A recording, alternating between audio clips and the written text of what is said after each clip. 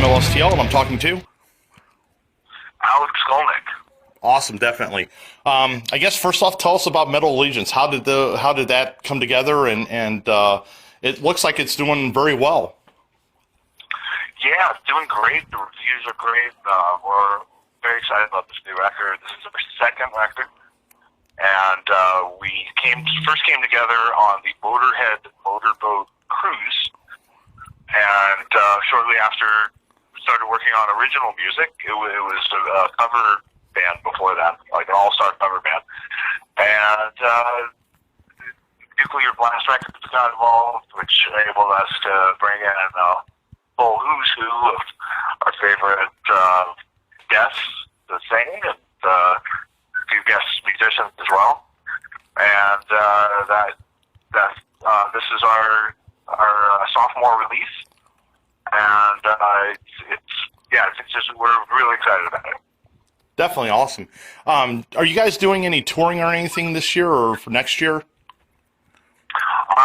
We do occasional shows. We'd like to play more, but our schedules are pretty tough to work with. However, we do these occasional big events, and we have an album launch show coming up in New York City on September 6th at the Gramercy Theater, and we'll be joined by several of the vocalists on this record.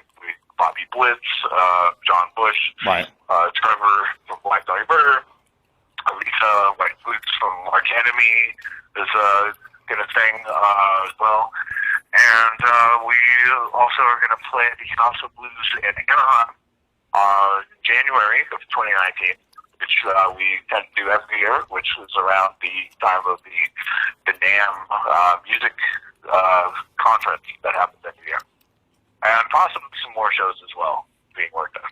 Awesome, definitely. Of all the stuff, your career has just been amazing. I mean, to see all the stuff that you've been involved with, you're just an amazing guitarist, and you're just a load full of stuff that you've got your hands in. How do you find the time from being in Testament to everything else? What's your secret? Gosh, I don't know if this is a secret. I guess it's really how you use the time. I appreciate your words. I think of myself as an all-around guitarist, and very early on, I wasn't happy being somebody that was good at or thrash metal. Right. I want to play the music I like, and the music I like is it's way beyond heavy metal. Heavy metal is it's one part of it. I obviously enjoy it, but it's just one side. And I spend a lot of time. I guess every day is pretty well constructed. There's a lot of things I don't do. I think you can almost look more at what I don't do than what I do. I don't watch a lot of television. Right. I'm selective when I do. It's usually a very highly rated inspirational program. I definitely don't waste my time on junk television or junk movies. Right. And I just think I enjoy working, which I think is a good quality to have. I just love the process of setting a goal and reaching it. Right. Whatever it is. So learning to play guitar was, as a youngster, that was a big goal. But then once I found myself in the position of touring and recording, it was wonderful, but it was also very closed off. Like the genre of thrash metal, you're kind of expected to just do that. Right. So then to become a professional level player who can work with artists that do jazz, that do blues, that can play with a piano player and sound good, play with a sax player, right. Things that guys don't usually do when you're mainly a metal guy. That was a huge goal. Those were huge goals, and that took a long time. But once I reached that, then a lot of the other goals just seemed smaller, like doing a record, for example, in itself, or doing whatever the project is. So now I approach things one project at a time. I accept that you can't do a project overnight or in a day. That's going to be good. I mean, great if it's a nice idea, but I've also learned just to tap into when I'm feeling creative. You can't force it. So I don't tend to promise deadlines. I don't say, right. I will have a record written by next month. I don't know that.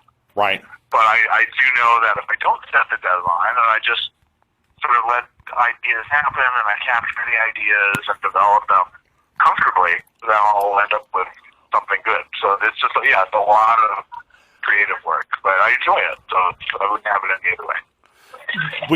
When you started back in the 80s, and you guys were with Testament, and you had the big, you had Metallica and Slayer and all these guys forming and Megadeth, would you have ever thought your career would be where it's at now? And I'm pretty sure that you've been asked that question 100 times. But and do you think there's going to be another band, because you were on the Slayer, you're on the Slayer tour?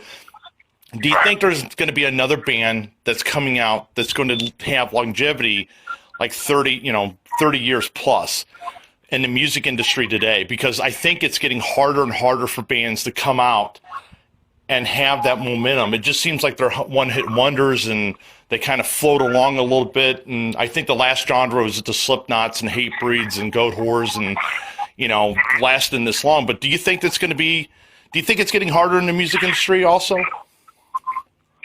I think so.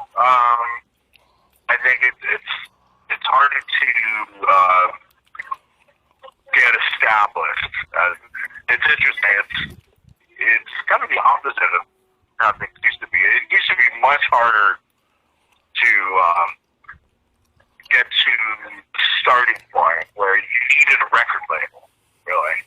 Right.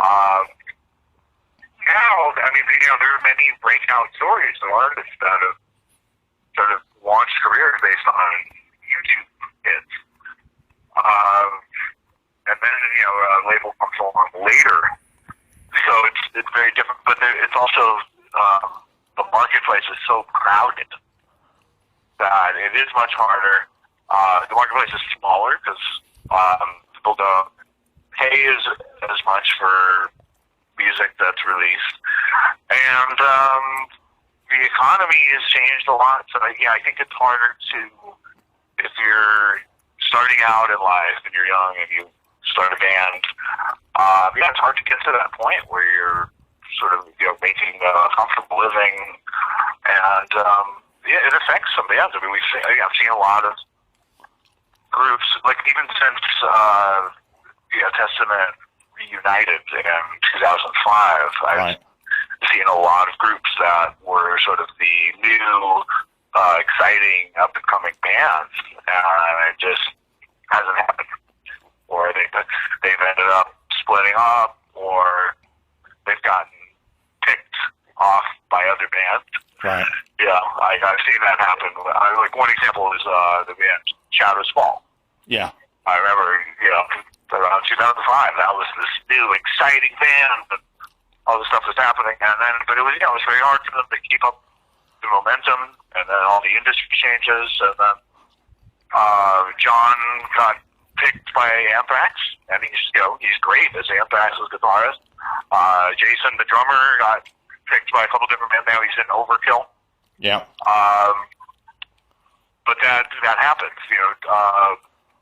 I think God Forbid was another band like that, where it was just, things seemed to be going really well, and then I could name probably a dozen bands like that. Right, definitely. Yeah, we thought we'd be those bands that kind of kept on going. And then there's a few that hang in there that but it is much tougher than it used to be. Right. Yeah, because it just seems like it's just, for me in the magazine doing interviews and talking to people, I see awesome bands, but I'm just like, I don't know if you're going to last, not being mean. I don't know if the industry is going to let you last 30 years, and so forth. But with the closing of Slayer, they say that this is their last tour and we'll see what happens. But, everyone's going so much farther. And the Metallica, I think James said, a couple times on the different tours last year, hey, I gotta call it quits sometime. I can't keep on doing this. My kids are growing up and I've got stuff to do and things like that. Musicians really don't quit. They find things to go into something else. How hard is that transition to, have you ever done that? Have you ever just stopped and said, hey, I want to kind of take a break and you just can't? It's like a full-time job. No, I mean, I did. I felt like I was burned out at 21. Yeah. Having been in the band since I was in high school. Right. But then I had this period away from the band, and I was able to, I was a full-time musician outside of the band. I rebuilt my career as a full-time musician. I played for artists in New York you've probably never heard of, some that you have, such as Trans-Siberian Orchestra. Right, yeah. And I was fine. I was one of those players I think I was probably on my way to being somebody that, maybe I play for a well-known artist here and there, but I do studio work and I teach. And I was fine with it, Right. So I've always been somebody that just plays. I'm going to do music no matter what. Right. And then when Testament was ready to reunite in 2005, they seemed ready, and it was much different. I was, a lot of there was a lot of the youth drama from just being a young band was gone. Maybe not gone, but it was it had improved somewhat. Right. And then we had this resurgence, and now the band's more popular than ever. But it was completely unplanned. Right. So for me, I was ready to walk away from the band. The band is doing well, but I've also said that I don't see being like social security age until being a guy doing like such youth-oriented music. Right. And no disrespect to anybody who does, we were on a festival a couple years ago with AT Pop, and it was phenomenal. Right. Like I didn't think, I missed seeing him in the 70s because I was too young. I didn't feel that at all. It was great, but that's a great example. Then somebody like Lemmy, maybe Lemmy should have slowed down a bit. Yeah. Because he just kind of went right until he passed. But I'm also a very serious instrumentalist, and I see as I get older, I see that being more of what I do and more of who I am. I look at Les Paul, who is playing Monday nights at the Iridium, where I play now, which is a lot of fun. It's his 90s. And I can see being like much older and playing blues and jazz and instrumental music, and that, but being in a metal band, it takes a lot out of you, and especially these singers. I can totally understand where Tom's coming from. I can understand where James is coming from. Although, he does have the luxury to do it a little more comfortably than oh yeah. most everyone. And more power to him. Love James, but definitely. I think any of us would probably do it a little longer if we could be at the level, do it at the level of comfort that those guys can. Right. I know that you got to go. I know you're on a time thing, but I got three quick questions, real quick, and we'll let you go. The first one was, what was your first metal concert you ever went to? The second one, what's your very first metal album you ever bought? And then the third one and the last one is, of all the stuff and all the bands you played in and all the things that you've been involved, is there someone that kind of idolized you? Who did you look up to playing, and did you meet them? Oh, okay. Yeah, well, the first metal concert I went to was Dio. It was the early 80s. It was also the first unchaperoned concert I went to. Right. The first concert I ever went to was Kiss, which is like an honorary metal band. Right. But Dio was, he'd been, they'd been at Black Sabbath, and that first Dio record was like cutting edge of metal at that time.